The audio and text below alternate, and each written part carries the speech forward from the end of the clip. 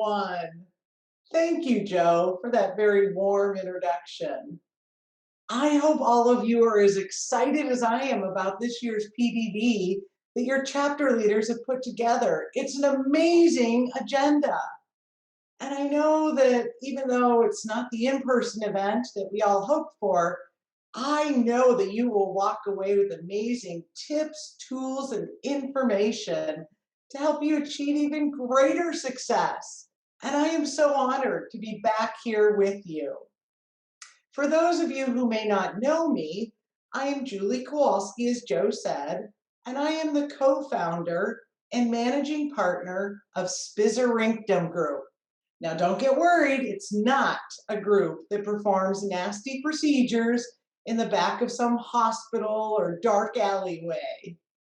Spizerinctum Group is a 20-year-old professional services firm, and we help individuals, companies, and professional association members like yourselves achieve greater success by transferring knowledge, like we'll do here this morning, by helping people achieve success they didn't even know was possible through one-to-one coaching and through the development and execution of strategy for all company sizes, all industries, and all functional areas. The company name was selected based on the definition of Spizerinctum, which is a real word, and it means energy, enthusiasm, and success. Look, you probably already learned something and we just got started. You can start impressing others and using the real word Spizerinctum. Now, I'd like to share with you why I'm your keynote speaker today. No, it's not because Joe and the IIBA Minnesota team couldn't find anyone else. It's because I came really, really close to completely derailing my career. And if I'm completely transparent, my personal life as well. All because I didn't master the emotional quotient competencies and learn to master my emotions. Instead, I allowed my emotions to master my thinking and therefore my acting. So that's why I'm your keynote speaker and why I'm super excited to share with you how you can avoid career derailment as a business analyst. Now, before I jump into the session materials, I do want to give one quick warning, and that is what I'll be sharing, you will see is really easy to recognize in other people. People like your boss or a few of your colleagues. However, doing so does absolutely nothing to help you avoid derailment. So if you're truly serious about achieving greater success and happiness, you will have to apply everything we talk about to yourself, not to others. Please let me repeat that. If you're truly serious about achieving greater success and happiness, you have to apply this information to yourself, not others. In other words, this morning's session is all about holding a mirror up and seeing and believing what is actually staring back at you, not what you want to believe is staring back. Let me do a quick check. If someone could unmute themselves and let me know if they see the main PowerPoint screen on and if I shared correctly. Yep, you're good. Perfect. Thanks, Jen. Paul, were we able to load the poll questions?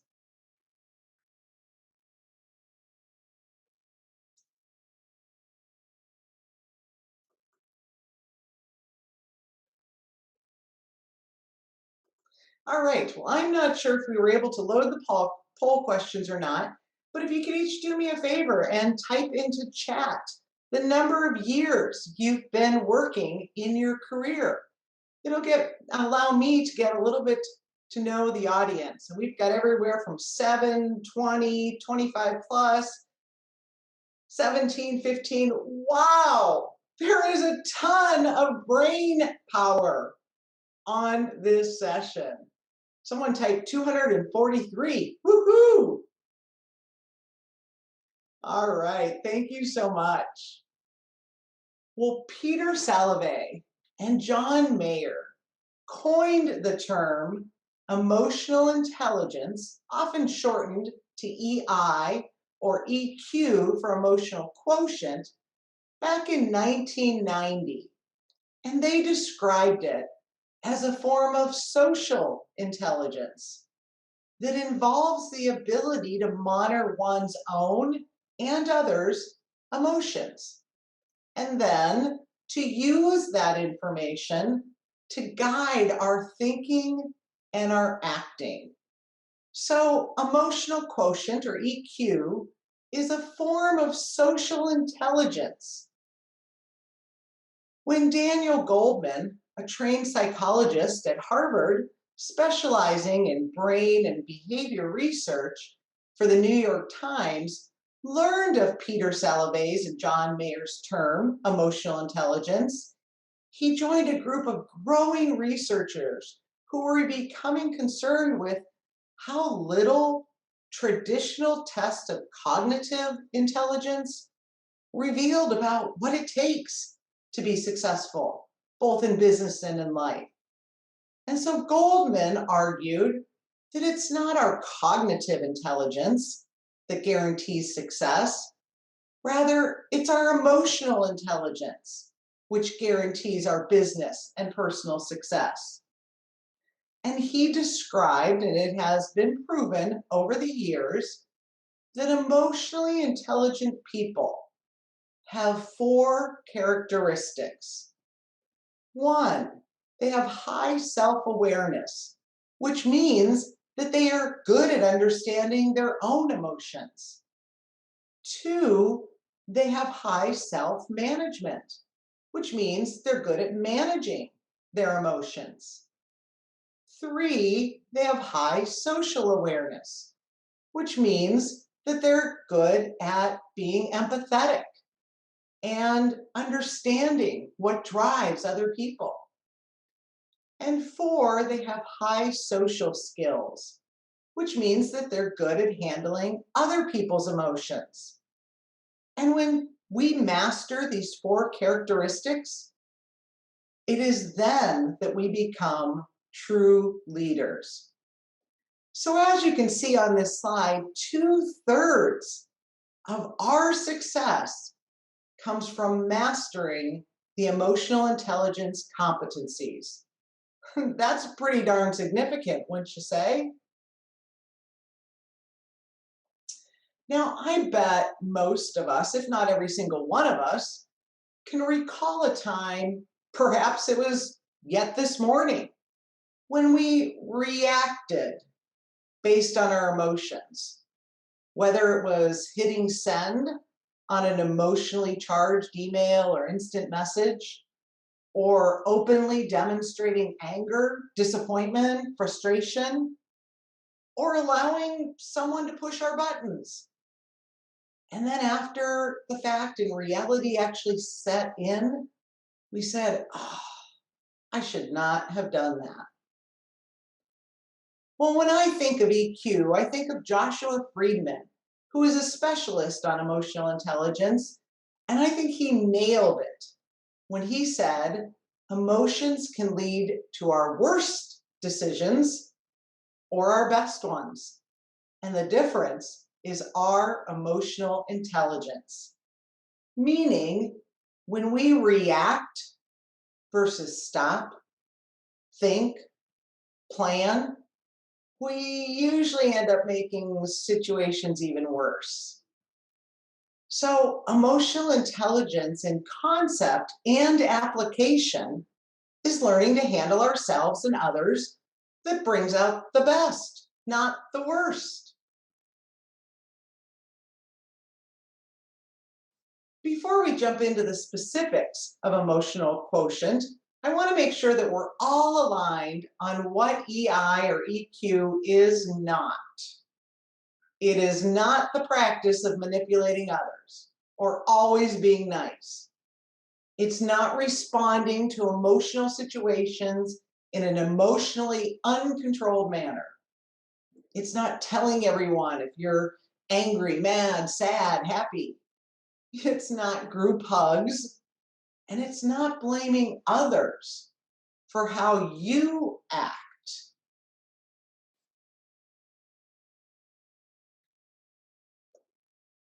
Justin Bariso, author of the book entitled EQ Applied, defines EQ as a person's ability to identify emotions in both themselves and others, and then to recognize the powerful effects of those emotions, and then use that information to inform and guide behavior. Another way to look at it, he says, is our IQ, or our intellectual quotient, is our ability to manage ideas, knowledge, thoughts, whereas EQ, or our emotional quotient, is our ability to make emotions work for us instead of against us. As we all know, probably all too well, as human beings, we're emotional. And our emotions impact every facet of our human experience. Therefore, EQ is the foundation for virtually everything you think and do. Take time management, for example. Do you work on what's most important, or what's the easiest, or merely busy work? Are you really open to learning and using new or appropriate tools to achieve greater accuracy, efficiency, effectiveness? Or do you keep doing the things the way you always have?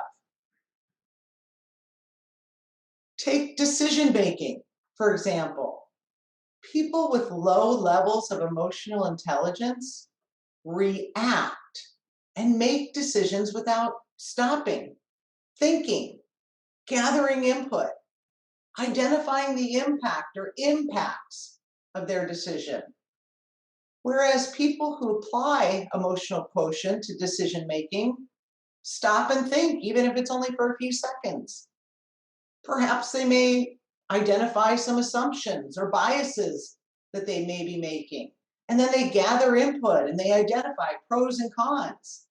They don't react impulsively.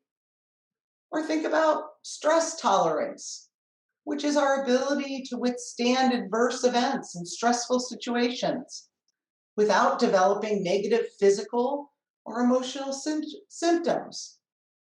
People with high EQ learn to positively deal with and cope with stress. Business analysts with high levels of EQ know that they always have the ability to choose a course of action. They can choose to react, or they can choose to be resourceful. Choose to develop suitable methods and solutions. Choose to be optimistic towards new experiences and change. Choose to be open to new ideas and ways. Each of us has a choice of which path we take, so we can learn and deploy emotional intelligence, or we can choose not to.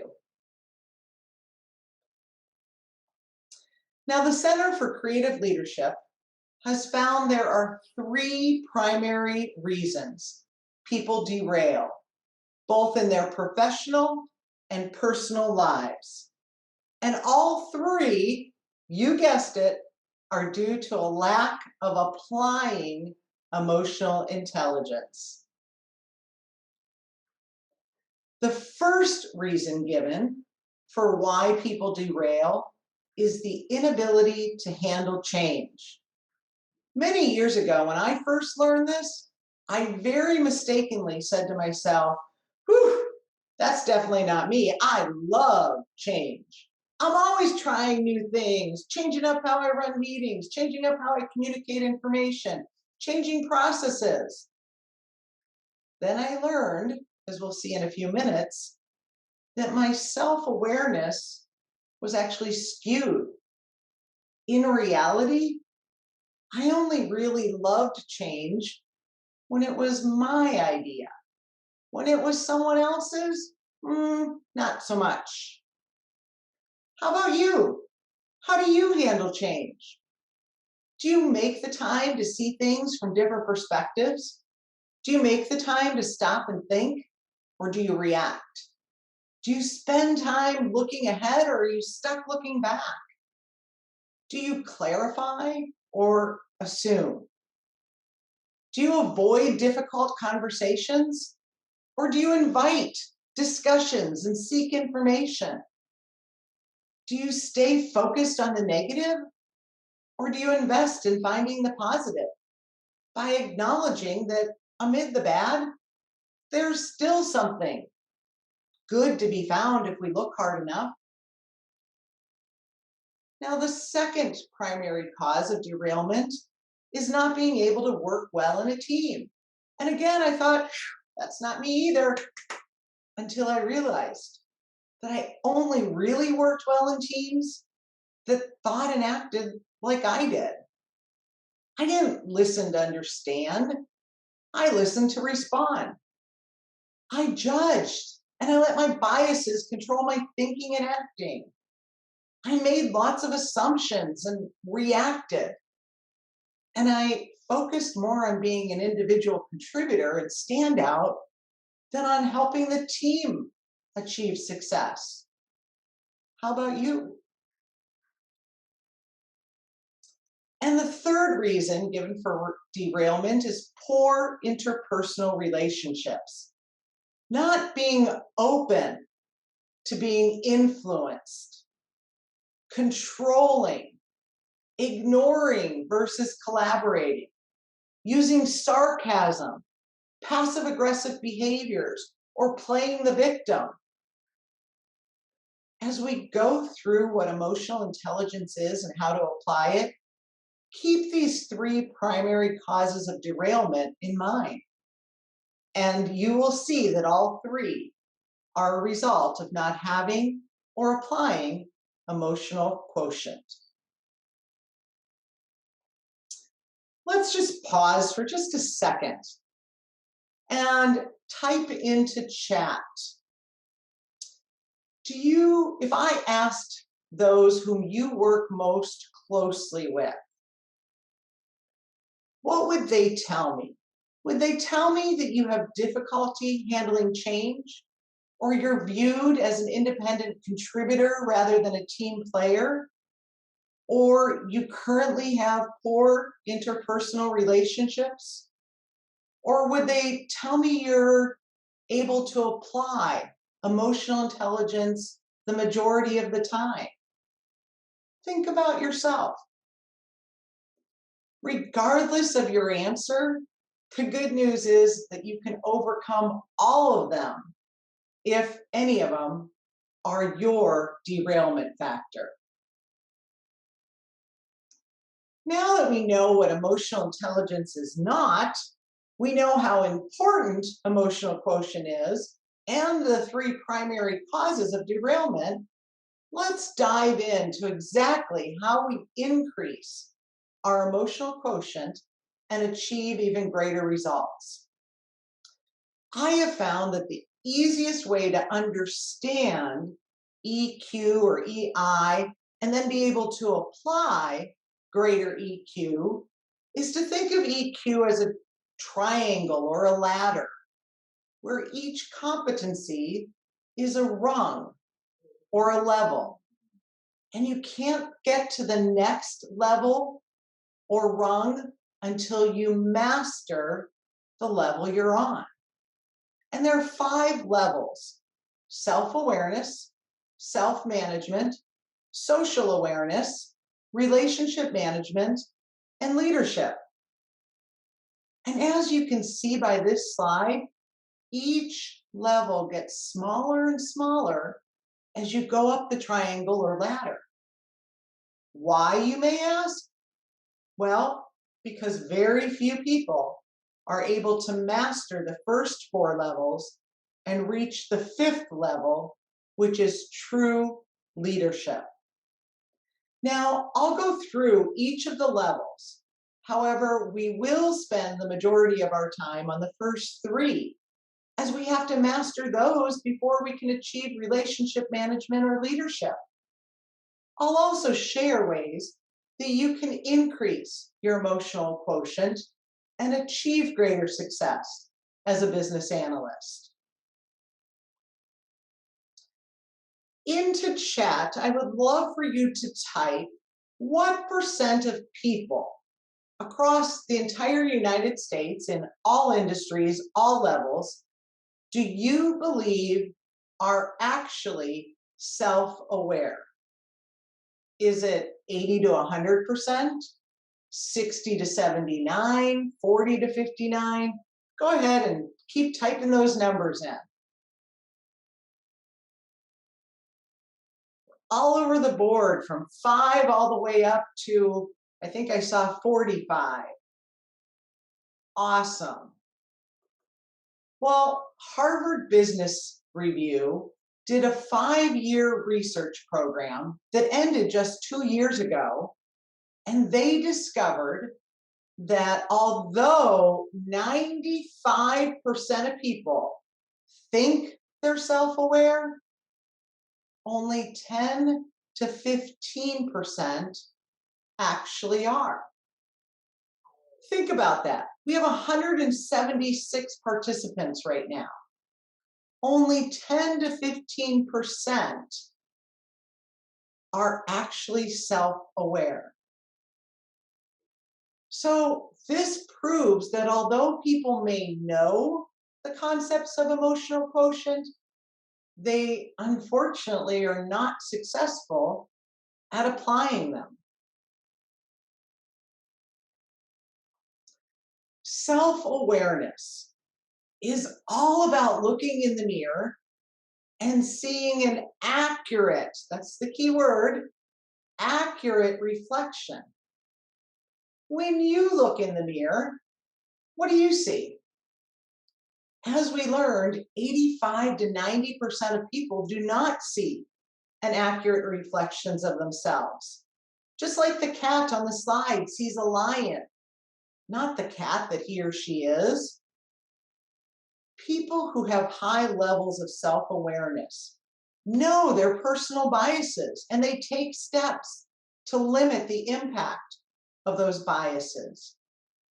They know how to express or sometimes even temporarily suppress anger, frustration, so that it can be expressed in healthy ways.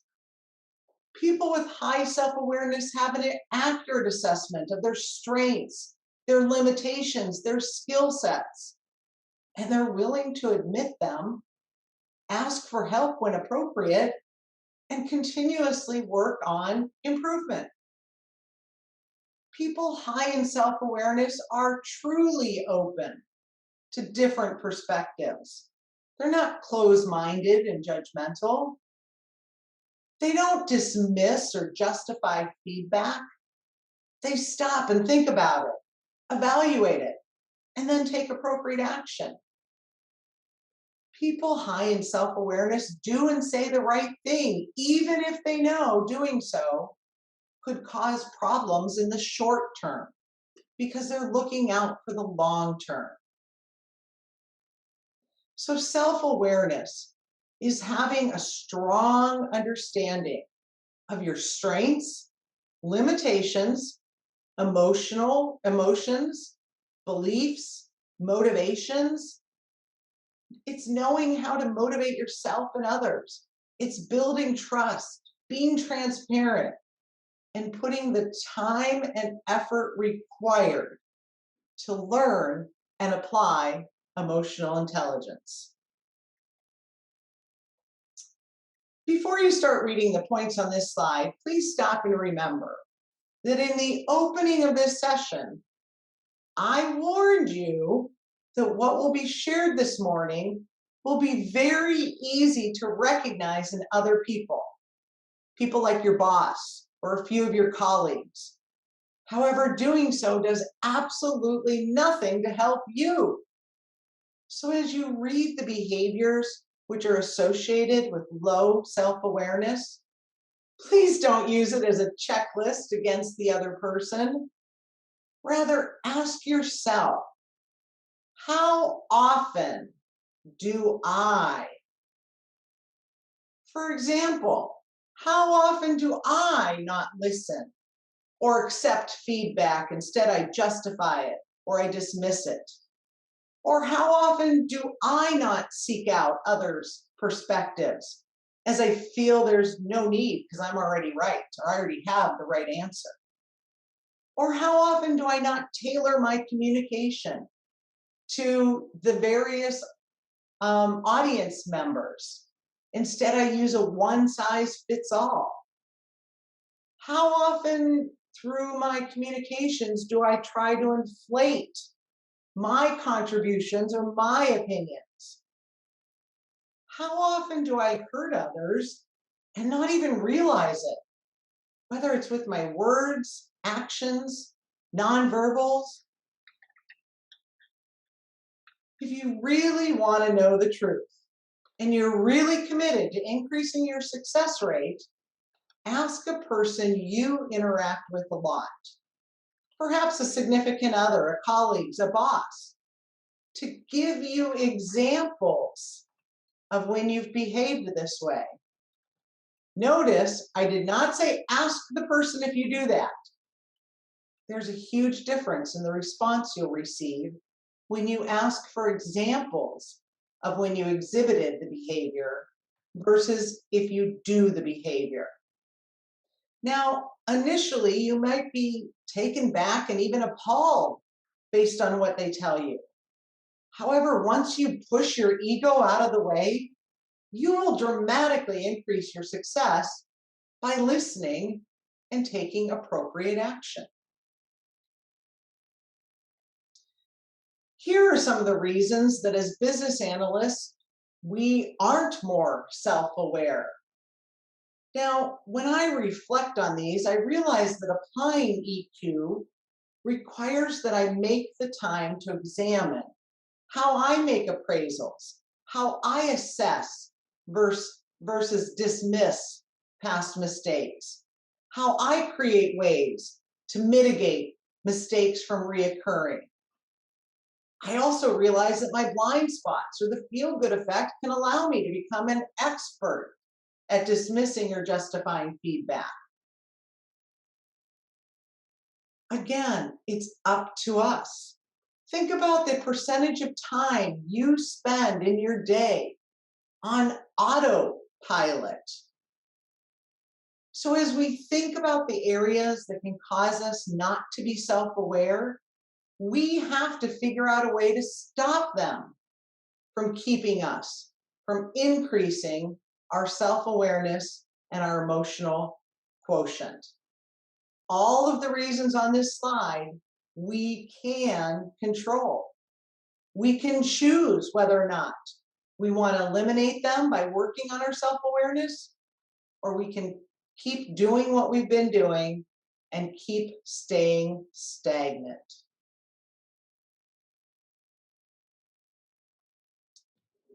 Please type into chat which of the common reasons for a lack of self-awareness perhaps apply to you. And Julie, before you do that, I have a question from the audience. Would you be okay with addressing that? You bet. Thank you. What was your almost career-ending move?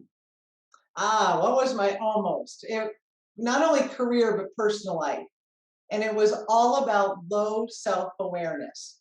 For example, I was really focused on being an individual contributor. I was really focused on working only with people who were drivers like myself. So what ended up happening is I was working for a direct marketing consulting firm for 7 years, and the president of the firm pulled me into a room and said, Julie, your behaviors have to change. The results that you get are phenomenal. However, the way you get those results is alienating a lot of people. So I believe in you, and I have arranged for you to get coaching for 6 months. And if you choose to change your behaviors and learn from the coach, then you'll choose to keep your employment here. If you choose not to change your behaviors, you will be terminated. That was one of the toughest days of my entire life so far. And my initial reaction was, hey, I'm living in Milwaukee. It's a big city. I'll go somewhere else where they'll appreciate me. I wasn't going to go to the coaching meeting until my husband said, Julie, you always make decisions based on the worst thing that could happen. What's the worst thing that could happen if you go to this coaching meeting? And at that time, I was so angry still. My emotions were just boiling up.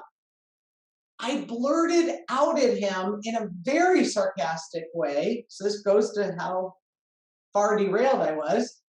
I said, fine, you want to know what the worst thing that could happen is? They have to pay me for half a day because I won't be able to get back into the office and resign until about noon.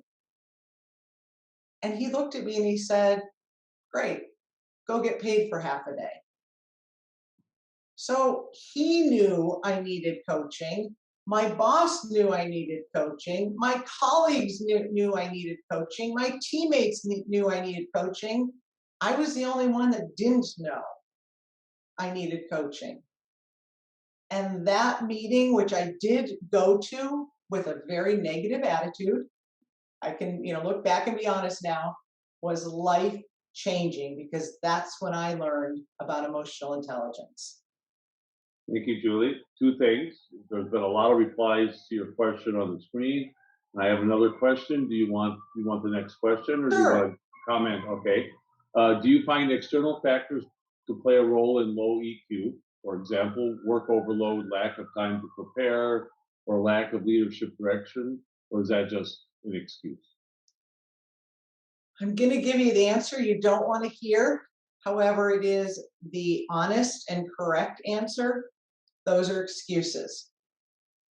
This is tough work. It's hard. And yes, there are a lot of external triggers, buttons that get pushed.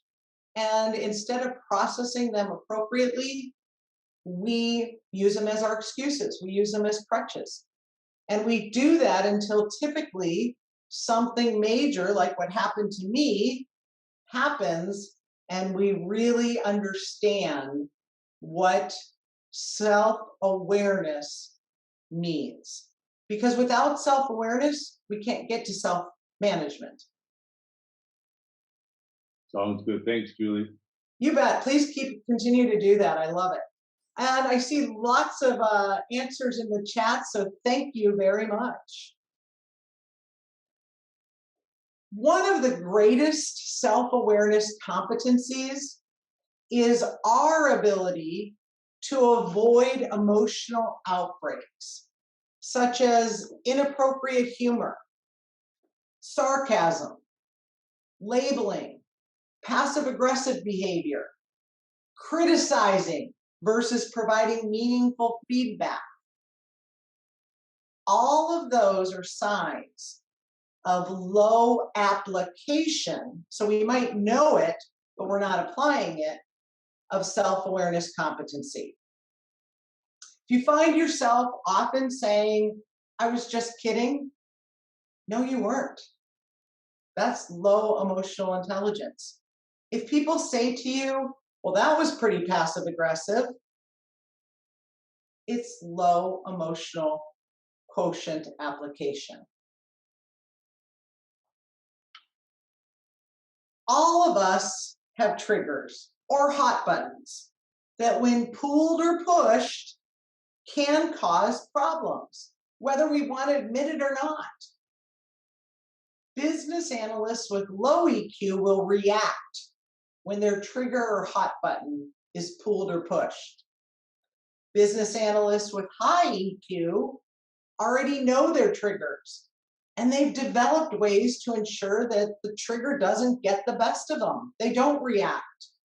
They respond appropriately. Some of the triggers are emotional triggers or external, as you said. Others are physical, like hunger, pain, headaches. Some of the most common triggers is when people feel that they're being lied to, they're treated unfairly, there's a lack of respect, hearing that's the way it's always been done, physical symptoms like a headache, a sore back, receiving criticism, feeling overwhelmed with deadlines. And again, we can choose to continue to react, or we can choose to identify the trigger, identify ways to mitigate it, getting the best of us. For example, Well, before you fly on, I have another question, but first I have to comment on Debbie's. Her trigger is when someone asks, "Are we there yet?" I think that was fun.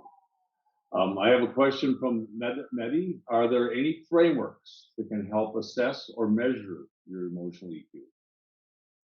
there are, thank you for that question, Joe. The question being, are there any frameworks or assessments? There are a ton of them out there. Google, emotional intelligence assessment. My personal favorite is from the book EQ 2.0 or EI, Emotional Intelligence 2.0. Excuse me, in the back of the book, they have a website you can go to. Again, most people who want to know, do I have high EQ or low EQ?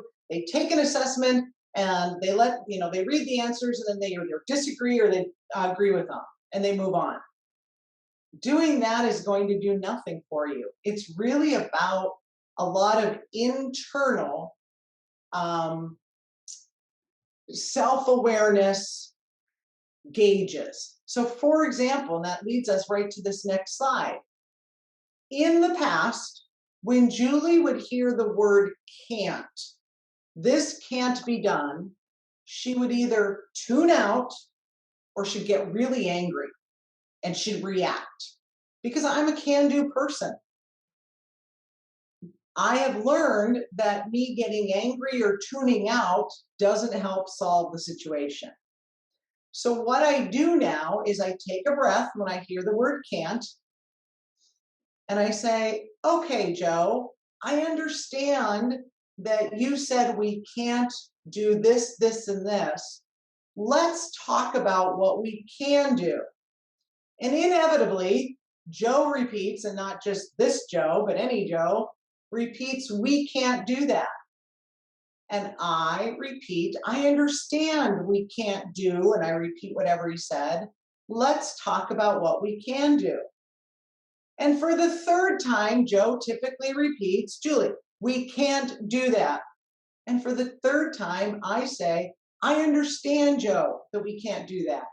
Let's take 2 minutes to talk about what can be done. And inevitably, 100% of the time, guaranteed, on my third ask, all these ideas start being thrown out there. Well, I guess we could do this or we could do that. That is also a great negotiation technique and strategy, is getting people to refocus on what can be done. Another one of my triggers was hunger. I truly became Janet from the TV show with the Snickers bars, where you become hangry. Jan from, I forget the name of the TV show. And I realized that when I'm hangry, you don't want to be around me. That was the old Julie. Julie doesn't get hangry anymore. Why? Because I keep both healthy and not so healthy snacks everywhere. I'm never going to allow that situation to happen again, because it is within my control. I can keep a small thing of nuts or something in my purse so that when I start feeling hangry, I can grab a few. So I would encourage you to take the time to identify the times when you react and then you have that, oh shoot moment, I shouldn't have done that. Figure out what it is that's the trigger and then figure out how to mitigate it. And a lot of times we can ask those closest to us, when are the times that I react in a not so great way? And then work backwards from there. Now, on this slide are some of the ways that each of us can significantly improve our self-awareness when we make the time to ensure we have an accurate knowledge of our strengths and weaknesses. Think about it. Think about some feedback that you've received, that you've dismissed. Well, if you dismissed it, you didn't get at what the heart of what the feedback was telling you. We have to make the time to identify our mistakes and not only learn from them, we have to take action to mitigate future occurrences. So again, we can ask others for meaningful feedback, not meaningless praise or criticism. What is it that I need to do differently? Some of the other ways you can improve your self-awareness. Ask more questions. Get in the habit of seeking input and the opinions of others. You don't have to act on it. However, seeking divergent options will force you to at least get off autopilot and think rather than react. If you're serious about increasing your emotional quotient and achieving greater success, make the time to research and then act on self-awareness strategies. Now, the second level of emotional intelligence is self-management. Having the ability to control or appropriately redirect disruptive emotions and impulses. Managing or mastering self-management enables us to control our response versus react. And it includes things such as transparency, integrity, adaptability, flexibility in handling change, not overreacting or underreacting, being ready to act on opportunities, and most importantly, persistence in pursuing goals despite obstacles, excuses, setbacks, knowing that all of those are temporary and specific to the situation. They're not all encompassing. Learning to respond versus react is hard. It takes effort and practice. Most of us have or continue to have emotional breakdowns. And that's because we have not invested the time to learn and deploy effective self-management strategies. Know that when we inappropriately display anger, perhaps by slamming a door or sending an electronic communication which was meant to get even or prove you were right, or perhaps you've withdrawn, you've thrown up your hands, given up. All of those are behaviors, are indications of low emotional quotient. And all of them are responses you can choose not to engage in.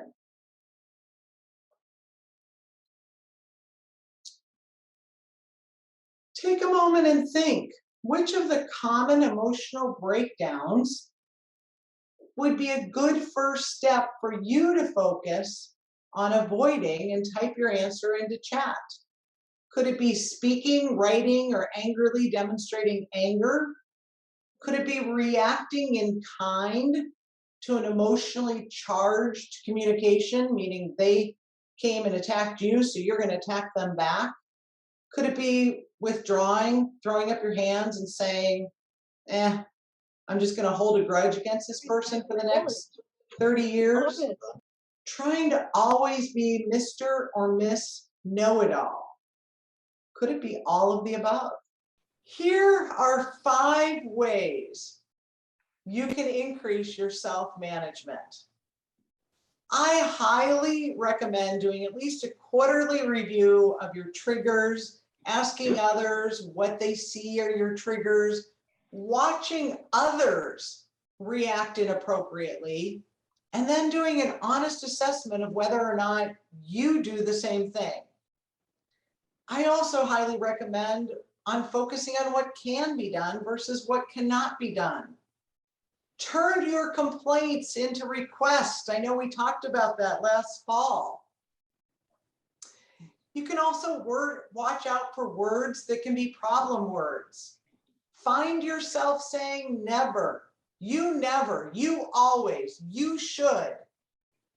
Those are definitely words that are most likely predicting negative outcomes or potentially sending you down the wrong path. As Henry Ford said, whether you think you can or you think you can't, you're right. So you may as well think you can. And yes, I know there are a tremendous number of things that we can't control. We can't control Zoom. However, there are 3 things that we can control every single moment: our attitude, our effort, and our actions. Social awareness is the 3rd platform or rung of the emotional intelligence ladder.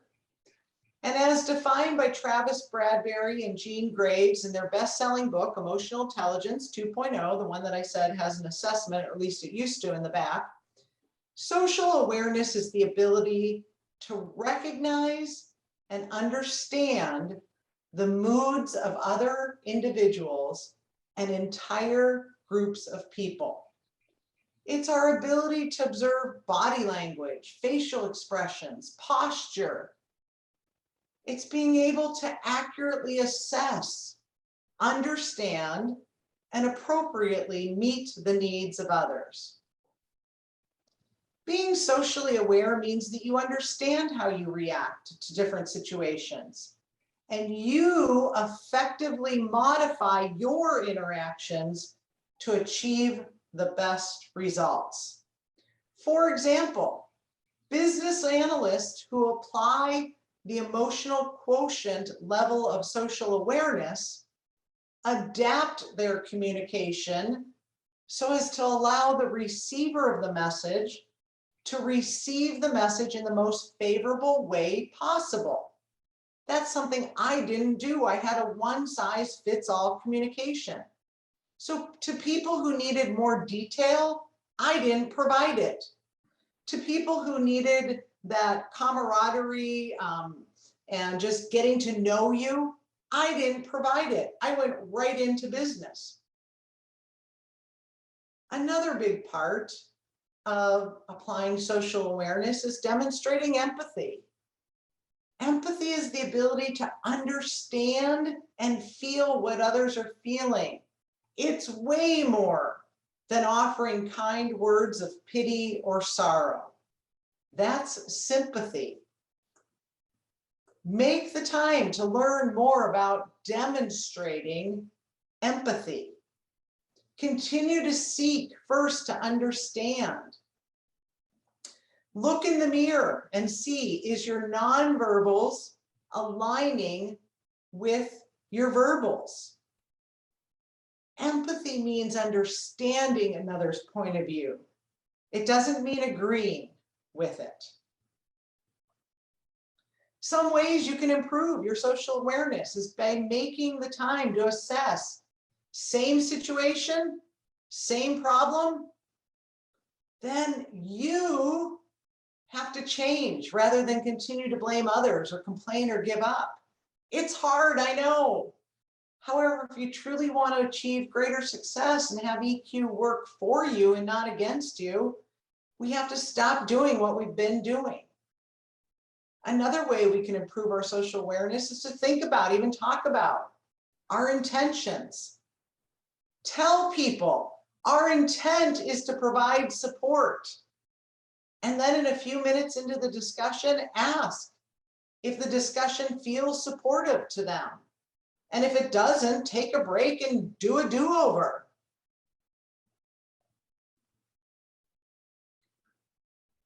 The fourth platform of emotional intelligence is relationship management, which is using our awareness of our own emotions and the emotions of others to manage interactions successfully, developing and maintaining strong, positive relationships with others. So I think, as you can see, when we don't have self-awareness, we're not able to apply self-management. And therefore, we don't effectively relate to others, and we don't build strong, positive relationships with them. Thus, the case in point that in order to master EQ, each of us has to master each level or rung before we can go on to the next one.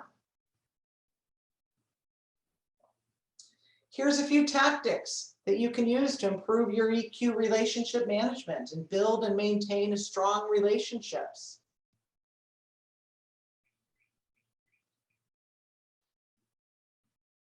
Think about yourself.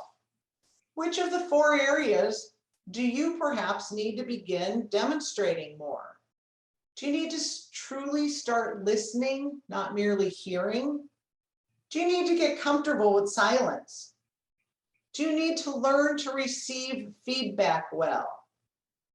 Do you need to maybe stop avoiding those hard discussions, saying what needs to be said? And then the final platform of emotional intelligence is leadership. One's ability to communicate effectively and timely, to resolve conflict, to inspire others, to be innovative and take initiatives, as well as many other key skills. So, emotionally intelligence is really about making emotions work for us rather than against us, and demonstrating that high emotional quotient and not letting negativity and drama get the best of us or even get caught up in it. Emotionally intelligent people have learned to tune out that negativity. They walk away from the nonsense around them and they focus on the positives. They don't waste their time feeling sorry for themselves or whining or complaining. They take responsibility for their success and they focus on changing what they need to change, not what others need to change. They know that happiness is a mindset of appreciation. In other words, happiness doesn't start when this happens or that happens or I get this promotion. Happiness is now. Emotionally intelligent business analysts don't compare their journey to anyone else's, as they know that comparison is the thief of happiness.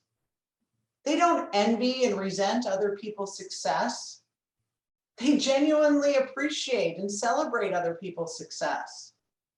They don't grow envious or feel cheated when others achieve something they're trying to achieve. Instead, they recognize that success only comes with hard work, and they're willing to put that hard work in. They don't expect things to be easy. They don't view failures and delays as reasons to give up. Instead, they use failures as an opportunity to grow and improve. They're willing to keep trying until they get it right. They understand that real change takes time. Now, I'm happy to finish the story I started earlier. As I said, that coaching meeting was life-changing. My company paid for it for 6 months. I did change a lot of my behaviors. I personally then made the investment to continue the coaching, And I went on to work for that same company for another 8 years. So I did change my behaviors and I wasn't terminated. When I did quit, it was because they wanted me to be promoted into a new role that would have required 80, yeah, that's a big number, 80% international travel. And at the time, we had 2 small daughters, and I knew I wouldn't be happy and I wouldn't be contributing because I'd always be thinking about what I was missing out. So even though the president gave my husband and I 30 days to make the decision, I finally came to the decision that it wasn't going to be the right time in my life for that type of work situation.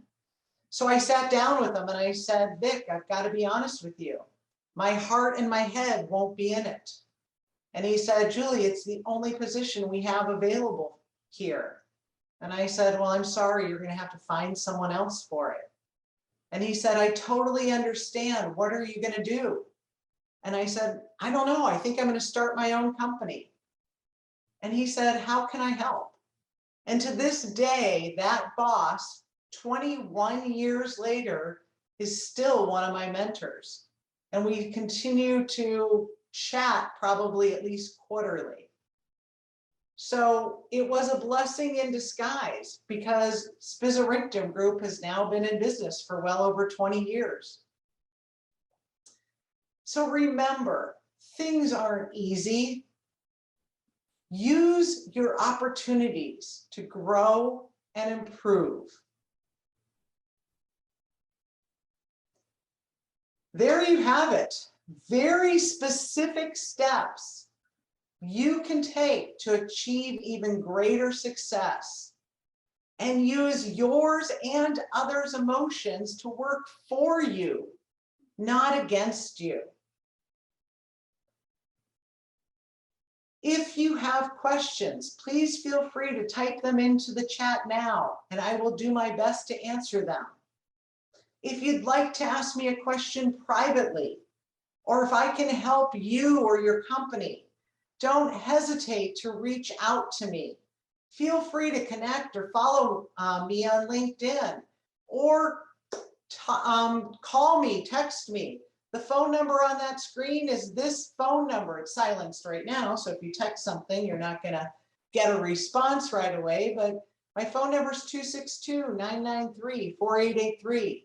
You can reach me through the website, Spizzer Group, SPIZZERGROUP.com, or Julie@SpizzerGroup.com. Thank you, Julie. You can certainly put something in the chat. Julie, are you okay if someone unmutes and literally just asks the question as well? Absolutely, please do. All right, so we've got 5 or 6 more minutes for Q&A before we move on to the next session. Anybody have any questions on the presentation? If you do, you can either toss it in the chat or unmute and ask. Getting a lot of thank yous, but no questions.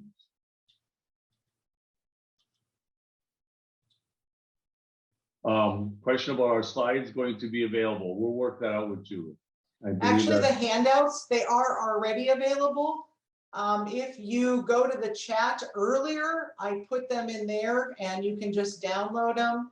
And then I believe if you go to the main menu for the IBA presentation and you click under this, you will actually see them there as well. I think, Julie, when the session canceled, the chat started over. Okay. So it's not in the chat right now. Let me put them in there right now while people are thinking potentially of questions. I have one. I'll wait for you to go ahead and put it in there and I'll ask.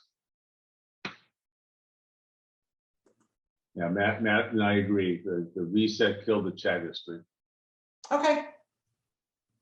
Thank you. All right, so question. Oh, slap, everybody quit typing in the questions live away. What are ways to be comfortable with silence?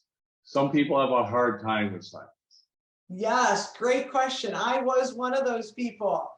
And how I learned to become comfortable with silence is my mentor, that old boss, Vic, actually at one point told me I was rude.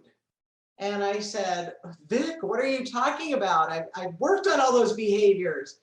And he said, Julie, it's rude when you ask more than one question at a time. And I said, what do you mean it's rude? And he said, you don't give people time to think. You always jump in and save. For me, that lesson has stayed in my head. And I now really try hard to focus on recognizing that silence is thinking time. And for me, what worked, because I don't like to be rude, is recognizing that my uncomfortability, if that's a real word, with silence is my issue. Give the other person the time to think. I like to doodle. That's when I said doodle, because I'm like you, I feel silence. All right.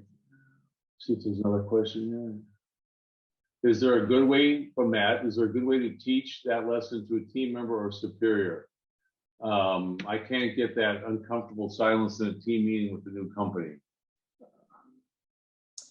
Matt, So is there a way to teach somebody else how to give a person a chance to think? Yeah, Matt, I would highly recommend bringing it up and having some discussion around it in your team meetings. At your new culture, say, let me ask a question. How do we feel about silence? How can we get better at silence? And I will guarantee that there's probably a whole lot of time or a whole lot of things that people will share if they truly believe it's a safe environment in which they can share. If it's not because of the culture, then I think you just have to start having one-on-ones with people, and then you have to demonstrate it. There's someone that put in count to 9 in your head. 9's probably not long enough. Truly, silence needs to be anywhere from 45 to 60 seconds. And I know that's the uncomfortable part. Yeah, you just got me nervous. That's a long time for me to be quiet.